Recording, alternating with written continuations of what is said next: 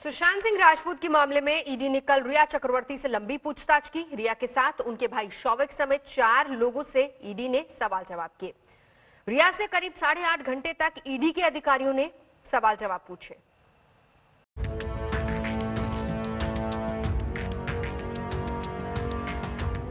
अभिनेता सुशांत सिंह राजपूत की मौत के मामले में उनकी गर्लफ्रेंड रिया चक्रवर्ती के लिए आज सवालों का पिटारा खुल गया।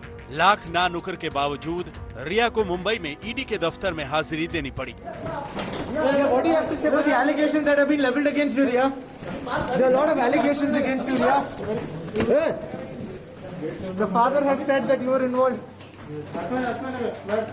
सुशांत के बैंक अकाउंट से 15 करोड़ रुपए दूसरे खातों में ट्रांसफर होने के मामले में ईडी ने मनी लॉन्ड्रिंग का केस दर्ज किया है। ईडी ने पूछताछ का जो दौर शुरू किया है उसमें रिया समेत 4 लोग शामिल हैं। खुद रिया चक्रवर्ती, उनका सीए रितेश शाह, भाई शौविक और रिया की मैनेजर श्रुति मोदी। रिया के पिता इंद्रजीत चक्रवर्ती से ईडी ने अभी पूछताछ नहीं की है। हालांकि रिया जब ईडी दफ्तर पहुंची तो वो साथ थे। सूत्रों के मुताबिक रिया और बाकी लोगों से अभी ईडी की टीमों ने अलग अलग पूछताछ की है।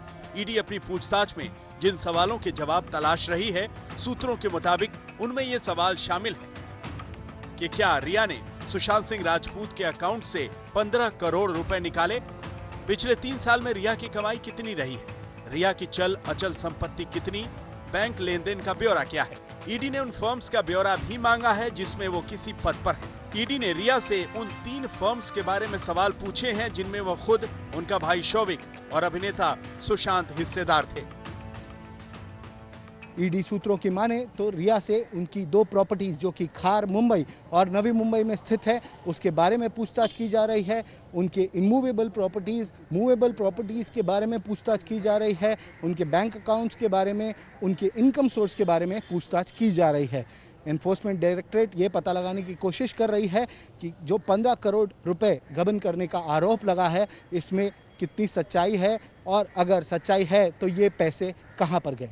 ईडी के जांच दायरे में रिया चक्रवर्ती और उनके परिवार की 2 संपत्तियां खास तौर पर हैं। आज तक ने इन दोनों संपत्तियों का ब्यौरा हासिल किया है। मुंबई के खार में रिया के नाम एक घर है जो 85 लाख का है। उसे खरीदने के लिए 25 लाख रुपए डाउन पेमेंट के तौर पर दिए गए, जबकि 60 लाख रुपए का लोन लिया गया। 550 स्क्वायर फीट का ये फ्लैट 2018 में खरीदा गया। दूसरी संपत्ति रिया के पिता के नाम है जिसे 2012 में 60 लाख रुपयों में खरीदा गया था। 1130 स्क्वायर फीट का ये फ्लैट महाराष्ट्र के रायगढ़ में है।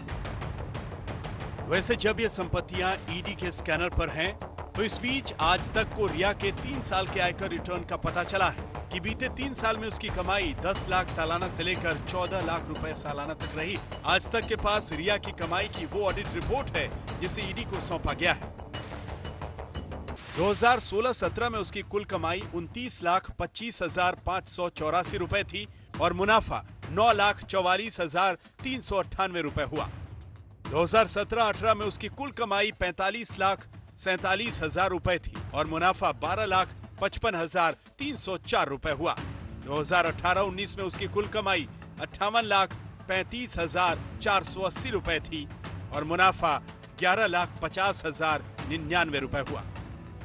2019-20 में उसकी कुल कमाई 66,96,250 रुपए थी और मुनाफा 14,54,032 रुपए हुआ। रिया चक्रवर्ती ने साल 2018 में खार ईस्ट में एक फ्लैट खरीदा था जो अब ईडी के रडार पर है।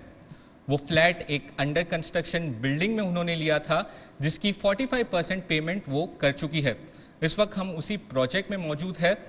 अब आपको बता दें यहाँ पर कि ये देखिए, ये अंडर कंस्ट्रक्शन साइट है जहां पर इस पूरे बिल्डिंग का काम चल रहा है, जहां पर रिया चक्रवर्ती ने इन्वेस्टमेंट किया था।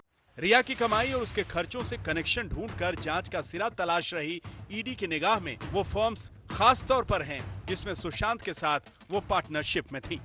इस बीच आज तक की टीम नवी मुंबई के उस फ्लैट में पहुंची जहां के पते पर सुशांत की कंपनियों को रजिस्टर किया गया था। सुशांत की मौत के बाद उसके लिए दुख जताने वालों में रिया चक्रवर्ती सबसे आगे थी, लेकिन अब खुद उन पर जांच का कड़ा घेरा है। हालांकि रिया का दावा है कि सच उनके साथ है, उसे कोई झुठला नहीं सकता।